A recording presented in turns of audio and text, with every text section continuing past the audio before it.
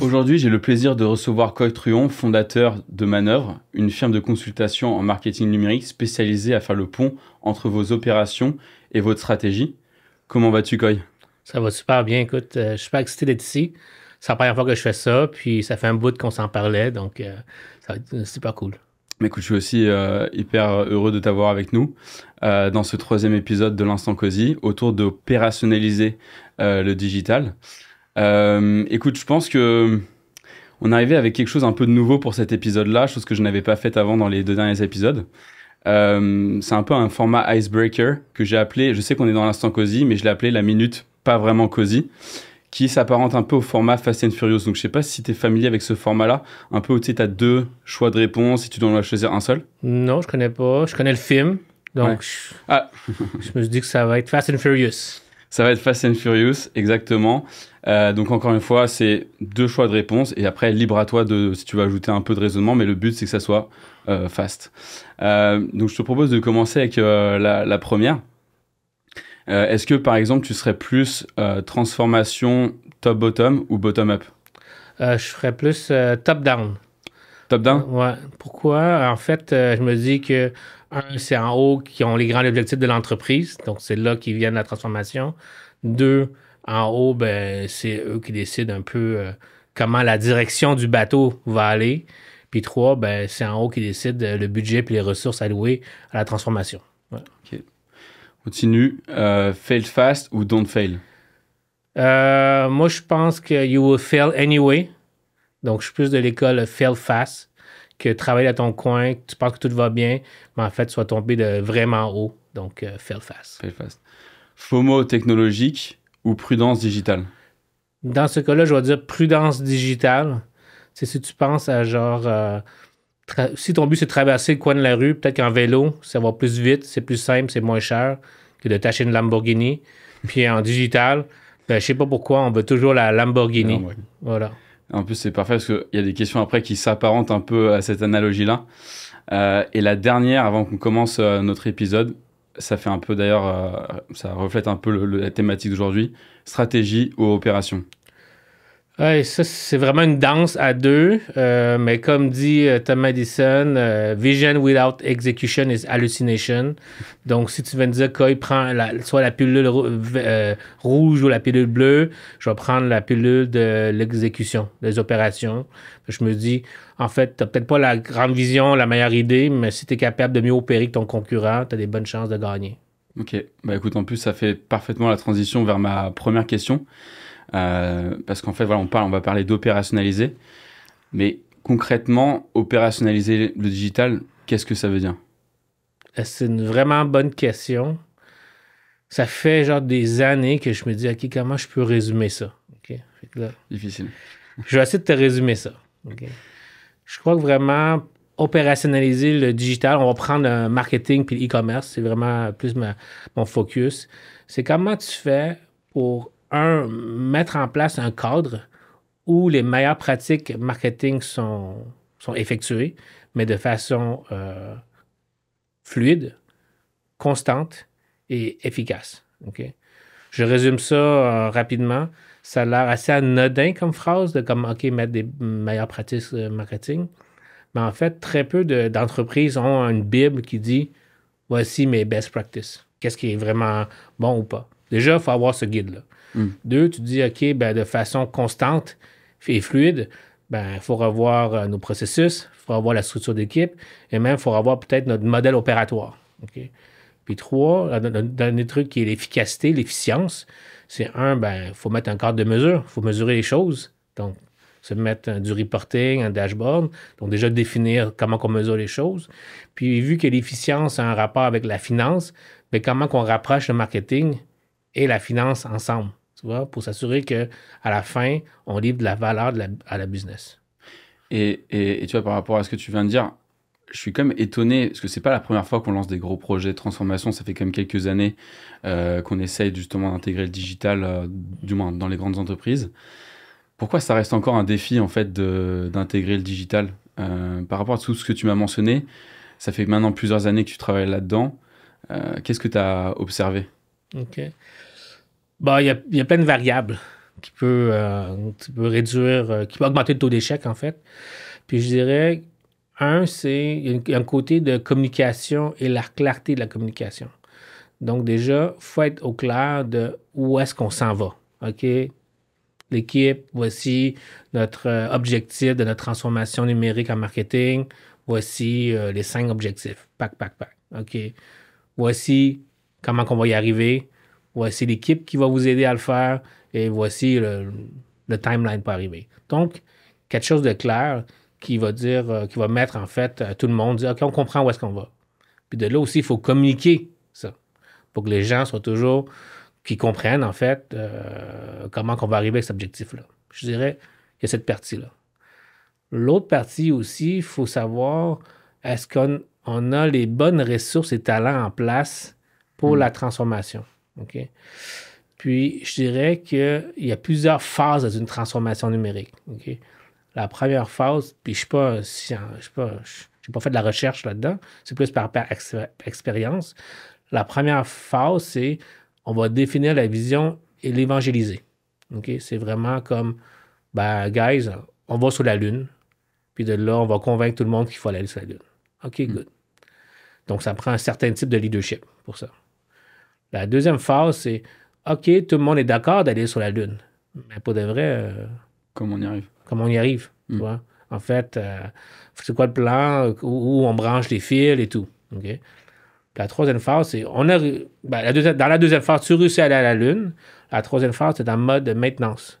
Ben, on est allé plusieurs fois sur la Lune. Comment qu'on fait pour retourner? Plus souvent, de façon constante, avec efficacité. Tu vois? Donc, où est-ce qu'il y a beaucoup d'échecs, je trouve, c'est que les gens passent beaucoup d'énergie à la phase 1. Et la vision. Avant le projet. C'est ça. La vision, on va sur la Lune, tout le monde est excité, on met beaucoup d'argent, on met beaucoup d'emphase. Mais en fait, où est-ce que la game va se jouer, c'est on est-tu capable d'aller sur la Lune? Tu vois, vraiment. Puis je pense que là, il y a moins de focus, puisqu'en général, en marketing, on cherche des choses sexy, qui shine. Puis dire aller sur la Lune, c'est beaucoup plus intéressant que de dire, OK, où est-ce qu'on va brancher les fils? Ouais, non, je comprends. Et même, enfin, je veux dire, même dans tout ce que j'ai vu dans les projets en général, c'est vrai que c'est le cas. Et il manque ce côté cadre ou parfois le work back schedule de où est-ce qu'on en arrive à là. Et j'imagine que Manœuvre, c'est ce que vous faites aussi, c'est un peu d'aider ces entreprises-là à voir étape par étape comment on arrive en fait à aller sur la Lune. Tout à fait, T'as une autre question qui me vient en tête parce que tu parles de différents départements, d'équipes, etc. Tu as mentionné l'équipe marketing. Il faut un certain style de leadership pour amener ce projet jusqu'à atteindre la Lune.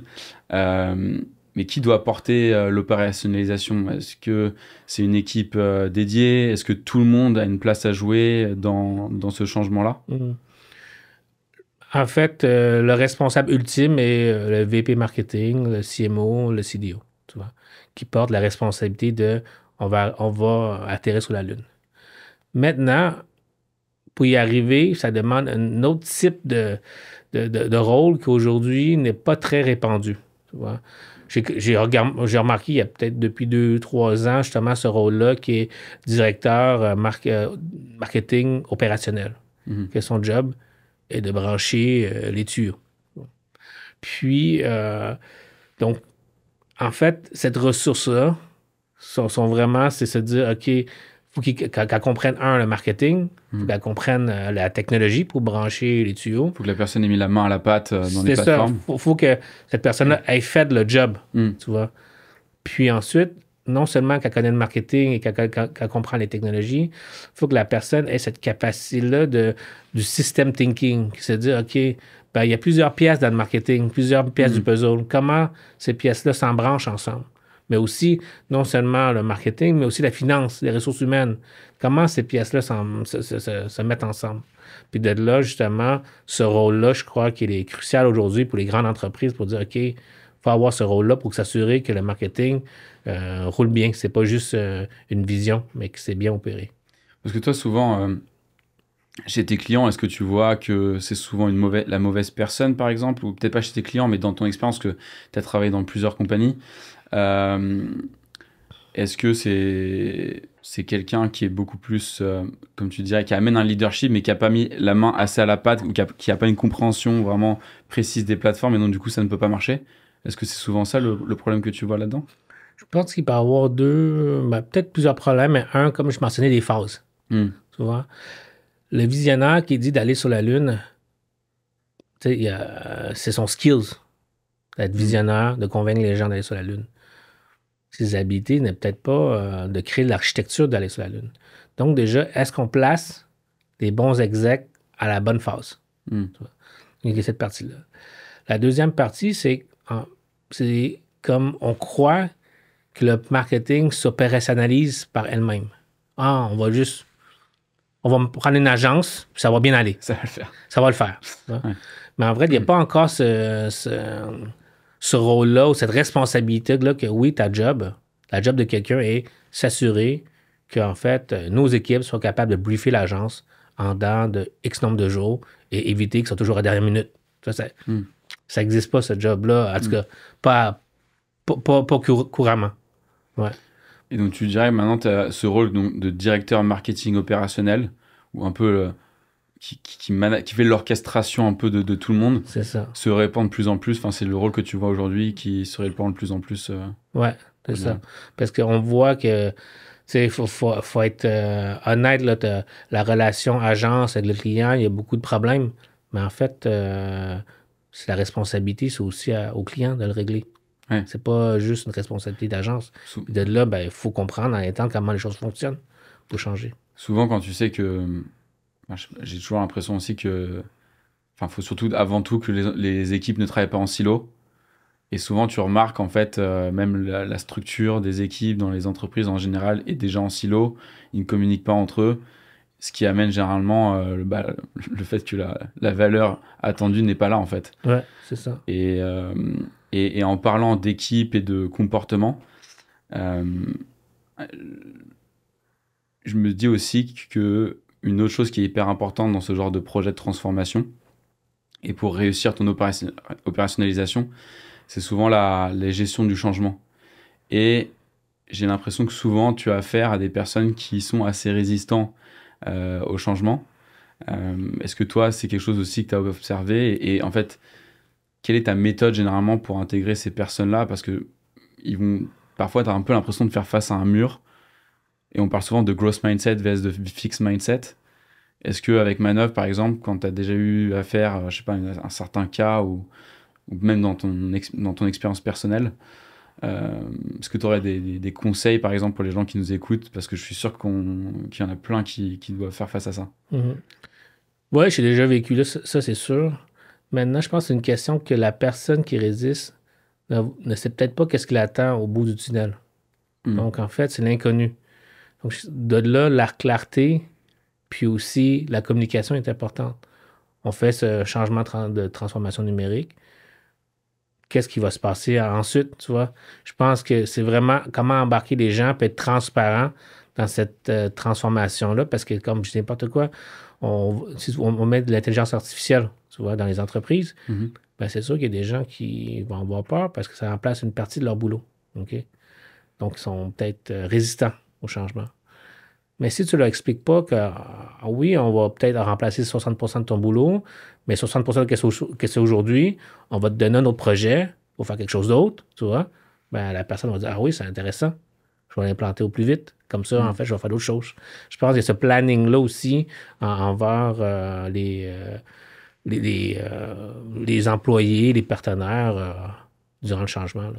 Et tu penses pas que parfois aussi, parce que on disait plus une approche top to bottom, mais j'ai souvent l'impression que l'approche top to bottom, c'est pas mal de push.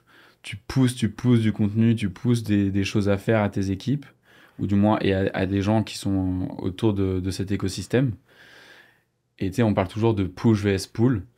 Et je me dis toujours, le fait de trop push sans vraiment prendre le temps de comprendre la réalité de chacun, parfois amène du coup un peu ce côté de résistance au changement.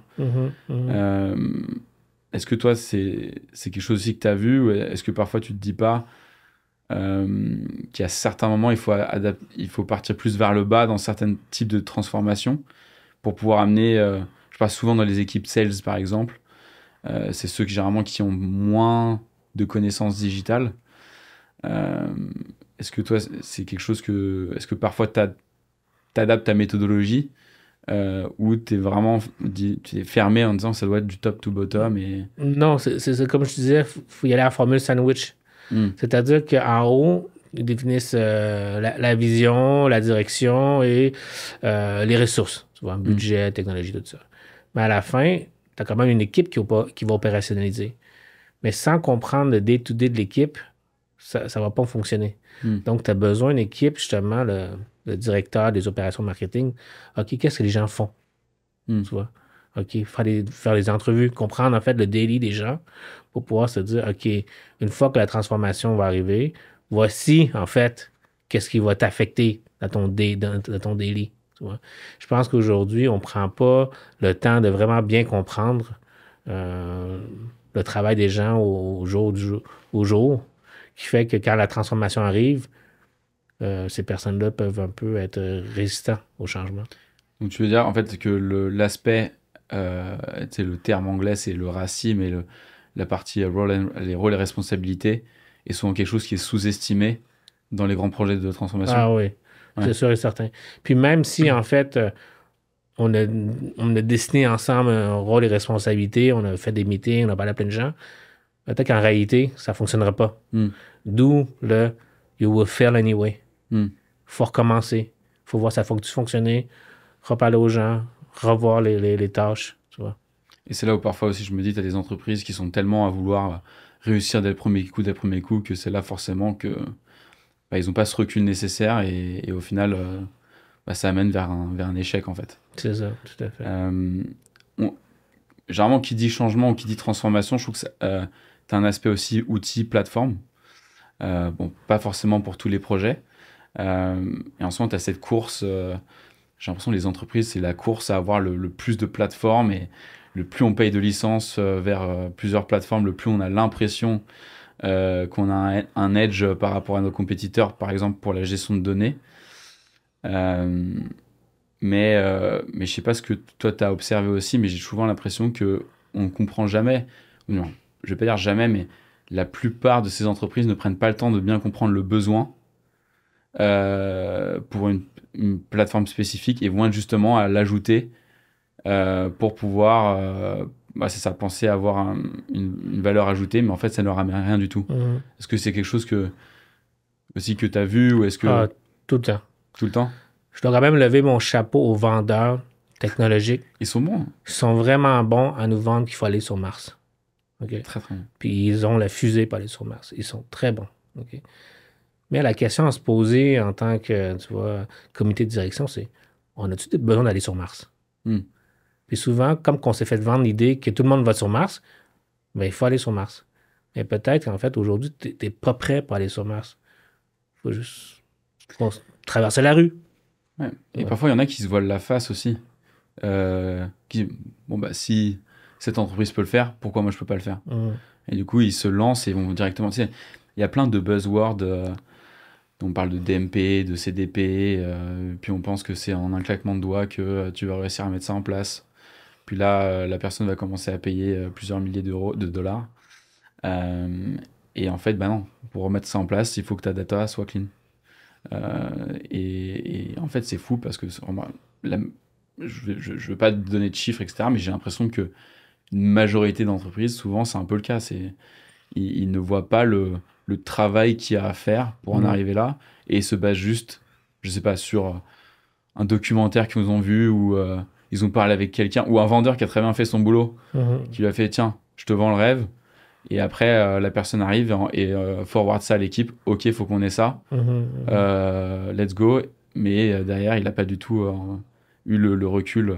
C'est ça. Il faut prendre le recul pour dire, pour de vrai, qu'est-ce qu'on veut faire? Okay? Est-ce qu'on est capable de le faire aujourd'hui sans cette nouvelle technologie? Okay? Déjà, est-ce que ça amène la valeur? OK. Tu dis que ça amène la valeur. Oui, est-ce qu'on peut le faire? Oui, ça prend des processus manuels et tout. Bon. Mais combien qu'on le fait 2 fois par année, ça? Si tu le fais plusieurs fois par jour, puis que tu dis, OK, oui, peut-être qu'une texte, ça peut nous aider à amener de la consistance à le faire. OK, parfait. Mais c'est pour une initiative que tu fais, je sais pas, seulement au Black Friday, t'es comme, bah non, on va le faire en manuel. Ouais. Ouais. En fait, je pense qu'en fait, c'est de prendre ce recul-là qu'aujourd'hui,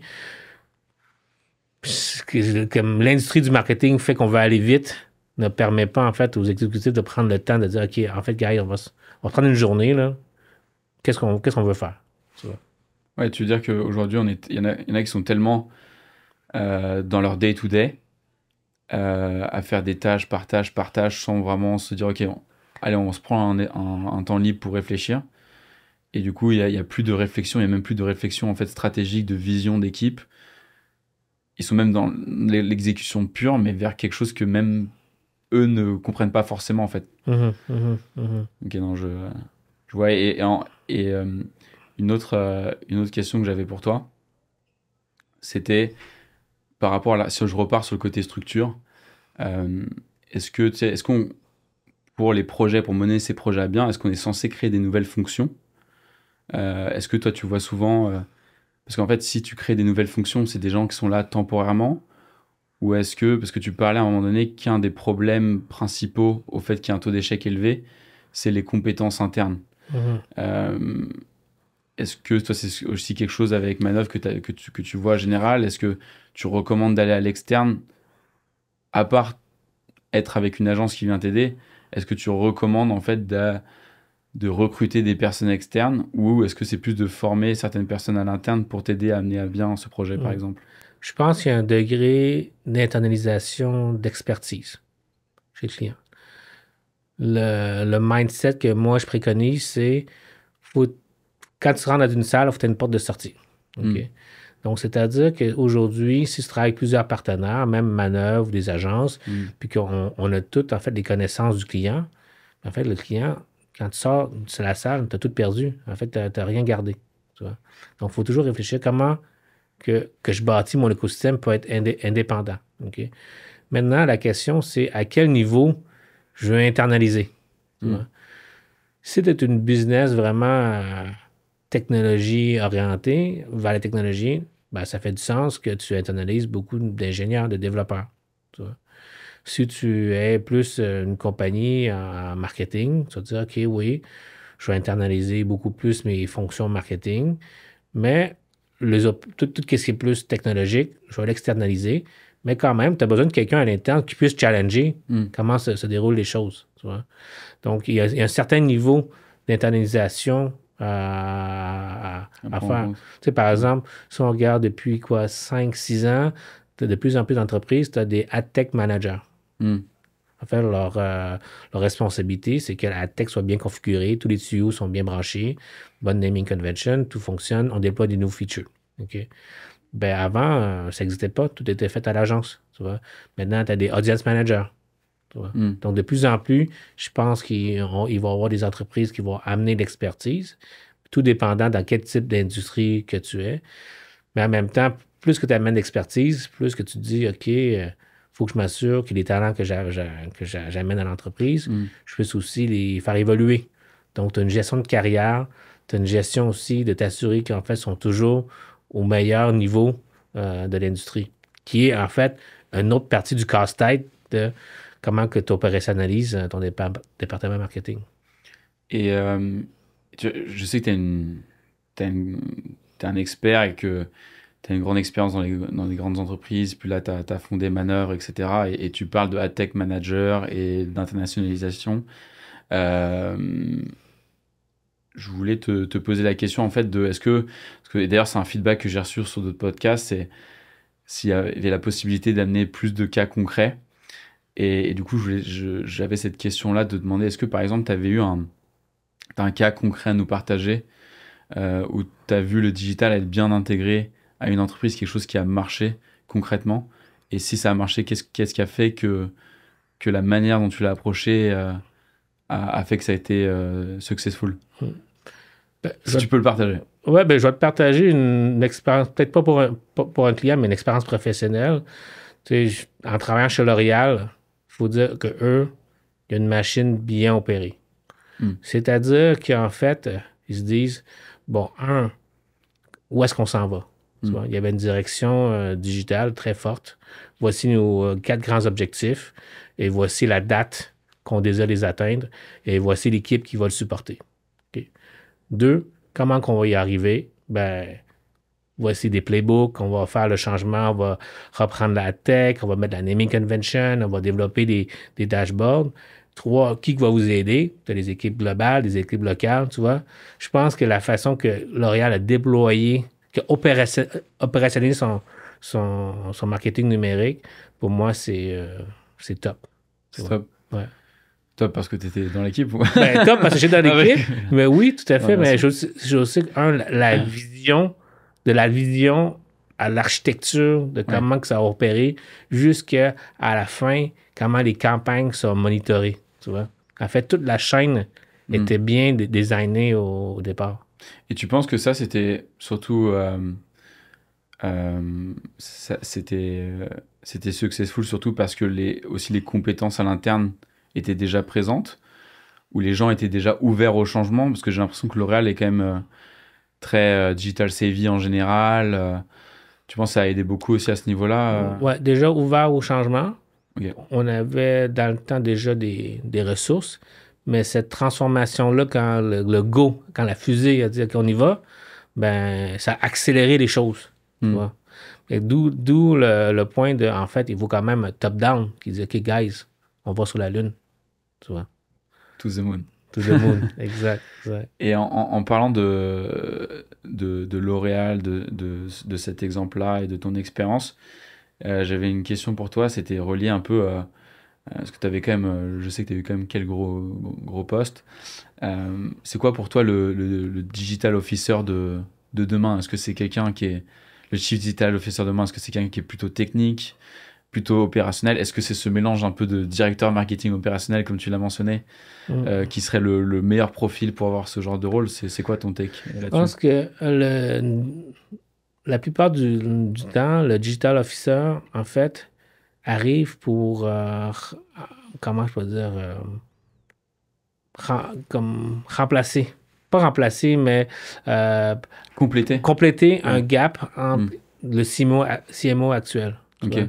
Donc, CMO, aujourd'hui, quand on le prend de définition traditionnelle, c'est vraiment plus branding, marketing. Okay? Donc, moins digital. Tu vois? Puis de là, le CDO vient prendre un peu cette différence-là entre les deux. Maintenant, à la longue, je pense que le CMO et le CDO vont être c'est un poste. Okay. Parce qu'en fait, le marketing, aujourd'hui, si on regarde les dépenses marketing, beaucoup vont en digital. Donc, c'est naturel qu'ils vont se merger ensemble. Maintenant, le digital est plus complexe qu'opérer le marketing d'il y a peut-être 50 ans. Donc, de là, il y a des nouveaux types de jobs qui vont arriver. Mais où est-ce que je crois que ce job va aller? Il va aller plus dans le sens du growth. C'est-à-dire qu'il faut mettre la responsabilité quand même au CMO, au CDO, de dire, OK, vous devez amener du chiffre. Donc, comment qu'on fait du chiffre? Tu vois? Donc, je pense que de là, on voit dans certaines entreprises aujourd'hui, ils n'ont pas de CMO, ils n'ont pas de CDO. C'est soit Chief Growth Officer, Chief Commercial Officer qui prend cette responsabilité-là. Comme ça, en fait, tu rapproches le marketing avec la business. Et donc, ce seraient des personnes qui auront quand même un profil assez hybride en général, qui auront déjà tout vu. Oui, c'est ça, tout à fait. Okay. Qui ont eu des expériences de marketing dans le passé, qui ont eu d'expériences en digital, tu vois, puis comment qu'en fait, maintenant qu'ils sont plus du côté business, comment qu'en fait leur expérience du passé peut aider l'entreprise à croître. Là. Et en parlant un peu du futur et de ce rôle, même du futur en général, de ce qui nous attend, quelles seraient selon toi, dans les 2-3 prochaines années, les top plateformes qu'on va regarder ou les approches qui vont nous aider à mieux nous transformer, etc. Est-ce que tu as une vision là-dessus en général? Je dirais que ça bouge tellement vite que j'en ai aucune idée. Okay. C'est faire. Mais je sais que l'intelligence artificielle va jouer un rôle important. Par contre, je sais qu'aujourd'hui, on en parle beaucoup, mais pour de vrai, qu'est-ce qui se passe? Tu vois? Je pense encore une autre fois, on essaie d'aller sur Mars, mais pour de vrai, peut-être qu'on n'a pas besoin d'aller sur Mars pour utiliser l'intelligence artificielle. Il y a beaucoup de cas concrets qu'une entreprise peut mettre en place. Oui, c'est pas sexy. Tu gagneras peut-être pas des prix. Tu feras peut-être pas des white papers, mais ça peut changer la façon dont ton entreprise fonctionne. Tu vois. Que ce soit par l'analyse de data, que ce soit pour générer des descriptions de produits, mais qu'en fait, ça doit aussi respecter des normes du détaillant. Ça peut être plein de trucs comme ça. Tu vois. Je pense que l'IA va vraiment aider. Mais encore là, on parle de l'IA, mais tu as des gens dans les entreprises qui savent à peine comment fonctionne Excel. Donc, tu as quand même un gap à remplir de OK, bon, ben soit tu skips Excel totalement, puis tu as l'IA, mais tu as de la formation, tu as du processus à mettre en place. Donc, c'est pas aussi simple que de dire OK, on va mettre une instance ChatGPT dans notre entreprise, puis de là, les gens vont s'organiser. Là. Ouais, non, mais enfin, ça, l'IA, c'est encore un exemple de buzzword où c'est dans la bouche de tout le monde, mais et on en parle. Ah, ok, on veut l'implanter directement, que ce soit par exemple d'utiliser des outils comme Copilot, etc. Puis en effet, après, entre le to the moon et comment on y arrive, il y a un monde et souvent il est mal interprété. C'est ça. Je trouve que des fois, les gens entendent un buzzword, l'IA, on part à courir, mais se rendent compte, mais pourquoi on court donc? Ah, on ne sait pas, il faut juste courir. Ouais. Il faut dire, OK, mais ça vaut la peine de courir vers là, on ne sait pas. Tu vois? Tout le monde court, on va courir. Et, euh, et en parlant de... Et là, je vais aller vers le mot de la fin, mais si tu devais donner une PME ou je sais pas, n'importe qui nous écoute, qui a cette compagnie-là, qui a pas forcément beaucoup de moyens, mais qui aimerait justement essayer de se transformer, quels seraient ton ou tes conseils à cette personne qui nous écoute et qui aimerait justement se renforcer digitalement? Ouais. En marketing digital, il y a 10 000 choses à faire. OK? Puis, dépendant à qui tu parles, la personne va dire, il faut commencer par qu'est-ce que je te dis. Tu vois? Hmm. Donc, il y a comme une certaine rétrospection à faire. En fait, dépendant de qu'est-ce que ta business est, c'est peut-être pas nécessaire de tout faire. Je dis n'importe quoi. Tu es une compagnie, tu coupes, tu fais de l'aménagement paysager. Okay? C'est-tu nécessaire d'avoir une chaîne YouTube? Ben, peut-être pas. C'est-tu nécessaire d'être sur Google Maps? Ouais, peut-être bien. Parce que les gens recherchent sur Google. Tu vois? En fait, c'est cette réflexion-là de dire, OK, qu'est-ce que je vends? Qui sont mes clients? Puis comment ils me trouvent? Déjà, répondre à cette question-là, dire, OK, on va faire ça, on va prioriser. Tu vois? Je pense que c'est ça, prendre ce temps-là et pas courir après toutes les choses shiny que tout le monde leur raconte. Est-ce que tu penses que ça, en général, les gens veulent tout avoir Ouais. et à la fin, ils se disent, mais qu'est-ce que je fais avec tout ça? Et ils ont peut-être dépensé à droite, à gauche. C'est tout à fait, parce qu'il n'y a personne qui leur dit, OK, oui, en fait, tu as décidé d'ouvrir une chaîne YouTube, TikTok, tout ça. Ben, il y a des gens qui doivent gérer ça.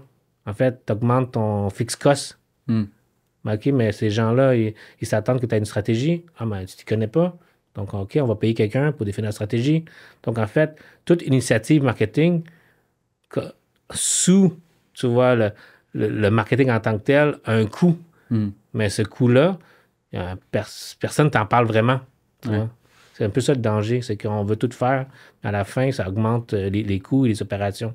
Donc, je suis plus en mode, OK, aujourd'hui, qu'est-ce que vous vendez? Comment le client vous trouve? Déjà, si vous faites ça les deux ensemble, vous avez fait 50% du travail à faire. Donc si on finit là-dessus, ton maître mot, je dirais, c'est priorisation. Exact. C'est vraiment, avant de courir, là, il faut savoir où courir. Comprendre. Savoir où courir, puis de là, est-ce que je sais courir? Parce que tu vas quelque part, puis en fait, tu sais pas courir, il faut que je paye quelqu'un pour courir pour moi. Ben là, ça augmente tes coûts. Tu vois. Ouais, écoute, merci beaucoup, Coy. Ça fait plaisir. Je pense que ça marque la fin du 3e épisode. J'espère que vous avez beaucoup aimé le 3e épisode. Encore une fois, n'hésitez pas à liker, partager, commenter aussi cet épisode-là. Coy, encore une fois, je tenais à te remercier d'être venu, d'avoir pris le temps de venir dans l'Instant Cozy. J'espère que tu as aimé ce moment-là. Ah, super, n'importe quand. Rappelle-moi. Je te rappellerai. En tout cas, je te souhaite une bonne journée. Good, merci. Bye, Coy. Ciao.